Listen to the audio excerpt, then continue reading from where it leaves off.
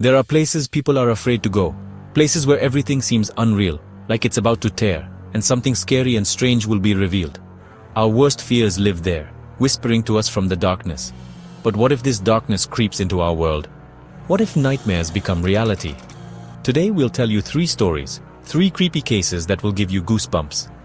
3 stories about people who encountered something terrible in the most ordinary things. In a photograph, in an old clock, even on the last bus at night. Do you want to look into a scary world? What if this world looks into you? Then get ready, we're starting. Dennis loved to photograph abandoned houses. It was his hobby, his passion, his way to escape from the daily grind. Empty rooms, dust and shabby walls were like paintings to him, each telling its own story. He wandered through these houses as if searching for someone's secrets, forgotten in the past. And then he found a new house that caught his attention. Grey and quiet, it stood on the edge of the city, as if hiding from prying eyes, concealing its secrets. Dennis had never seen it before, although he knew the city well. It was strange, but it fueled his interest even more. The house beckoned him, as if it wanted to tell its story, which no one knew. The door creaked open, as if warning him of danger. But Dennis entered, ignoring his premonitions. Inside it smelled of dampness and mold. The air was heavy, like in an old crypt, and every step echoed. He walked through the rooms where the wallpaper hung in tatters and the floor was covered with a thick layer of dust, leaving traces of his presence. It was quiet. Only the floorboards creaked under his feet, and the camera clicked, capturing every corner. In the back room on the 2nd floor, he found it, the very photograph that changed everything.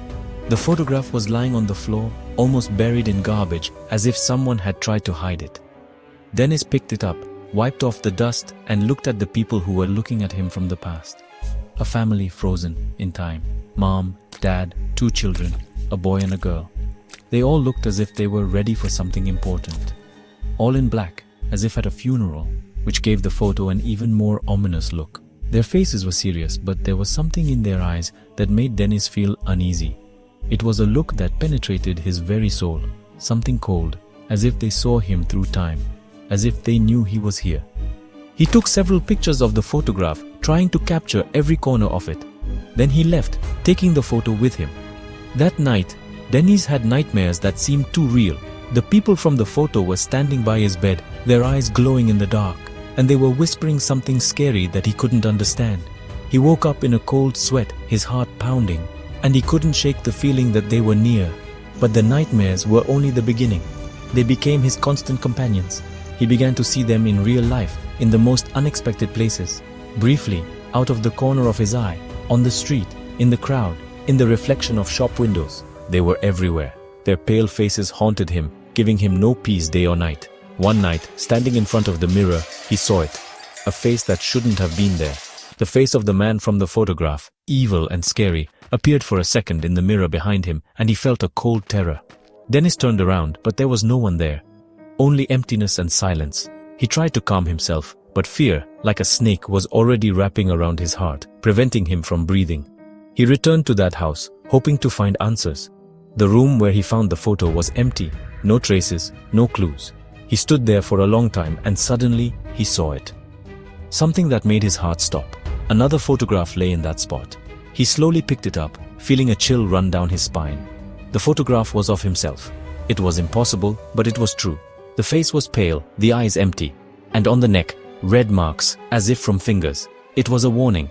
At that very moment, he felt a sharp pain in his neck, as if invisible hands had grabbed him. He screamed, but no one heard his scream. Anna, a young teacher, moved into an old house. She always dreamed of living in such a place, full of history and mystery. The house was beautiful, with high ceilings and creaky floors. The vintage interior gave it a special atmosphere. Anna loved old things and stories, and she liked it here. She felt that every object in the house held its own secret. In the attic, she found an antique clock. It was covered in dust, but it still looked majestic. Large, wooden, with beautiful carvings. This clock was clearly made with love and skill. The clock didn't work, and Anna hung it in her room. She hoped she could fix it. On the first night, Anna woke up from a strange sound. She couldn't understand where it was coming from. It was a quiet scraping sound, as if someone was scratching metal on glass. The sound was coming from the clock. Anna felt a chill down her spine. The hands were moving backward, and the scraping sound became louder and scarier. Anna couldn't look away. The hands made a full circle backward and stopped. The scraping stopped. Silence fell in the room. In the morning, Anna told the landlady, an elderly woman, about it. She hoped she could explain what was happening. The landlady said, "They say this clock belonged to a clockmaker who lived here a long time ago. He was obsessed with the idea of stopping time. He wanted to stop time, but instead he cursed himself." Anna felt anxiety wash over her. Anna didn't believe it, but every night the scraping of the clock got louder. She began to fear the night, and one night she saw him. A dark figure stood at the window as if watching her. A dark figure stood at the window, tall and thin, in a long black coat, and in his hands, a clock. The same clock. Tall and thin, in a long black coat, and in his hands, a clock. The same clock. Anna couldn't believe her eyes. Anna watched as the figure slowly turned its head towards her. She felt her heart stop. The face was not visible, only emptiness under the hood. It was like looking into an abyss. Anna screamed, but there was no sound. Her scream remained in her head. She wanted to get up, but she couldn't. Fear paralyzed her. The figure took a step towards her, and at that moment the clock fell to the floor and broke. The figure disappeared. Anna turned on the light. She couldn't believe that all of this was real. The clock lay on the floor, broken. Anna looked at it, trying to understand what had happened. The hand stopped at 3:15. This time will forever remain in her memory. Chapter 3. The Last Bus. Igor, a young architect, was riding home on an empty bus.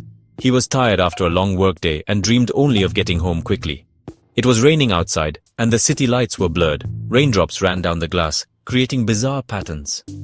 Besides Igor, there was only the driver on the bus, a silent man with a tired face.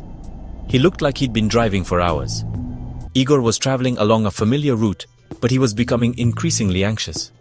He couldn't understand where this feeling of unease came from. The streets seemed unfamiliar, the houses, strange and empty. He tried to remember if he had seen these places before, but he couldn't. He tried to talk to the driver, but he just shook his head. The driver looked like he knew something Igor didn't. Igor wanted to look at the route on his phone, but there was no service. He checked the settings, but it didn't help. The bus turned onto a narrow street that Igor had never seen before. He began to doubt that this was the right way. The road ran between high fences, behind which dark trees were visible. The rain intensified, and visibility became even worse. Igor looked at his watch. It was past midnight. He didn't understand why it was taking so long to get home. "Where are we going?" he asked anxiously. His voice trembled. "Where you need to go," the driver replied without turning around. The bus stopped abruptly, and Igor felt his heart beat faster. "Final stop," said the driver. "It's time for you to get off." Igor got out and looked around. There was thick fog all around, and he couldn't see where he was. He was standing on a road, and there were tombstones on either side. He couldn't believe his eyes. A cemetery. Igor was scared. He didn't understand how he got here. He turned around, but the bus was gone. He was alone. Igor was left alone in the silence. He felt fear engulf him. He tried to find his way back, but all the paths led deeper into the cemetery. The fog was getting thicker, and he started to panic. Igor walked, stumbling over graves. Suddenly he stopped. Something caught his attention. The tombstone he tripped over seemed familiar. He couldn't believe his eyes. He leaned over and read the inscription. His heart stopped. The stone said his name. Igor recoiled. He couldn't believe it. The fog cleared and he saw the bus. The doors were open, as if inviting him to return. Igor didn't know what to do. He stood there, confused, not knowing where to go. Fear and curiosity fought within him. He didn't know what to choose. He took a step toward the bus, and a cold voice sounded in his head. "Now you are part of this route." These words echoed in his mind. Igor wanted to run, but it was too late. The doors slammed shut. He realized that now he would forever remain part of this strange route. 3 stories, 3 nightmares, 3 reflections of the dark side of our lives. What if the monsters we fear don't live under the bed, but inside us? What if there is a thin line between reality and nightmare, and we can easily cross it? Have you ever felt like the world around you seemed strange and scary? Have you ever felt someone's gaze? Have you ever felt like ordinary things seemed ominous? Tell your stories in the comments.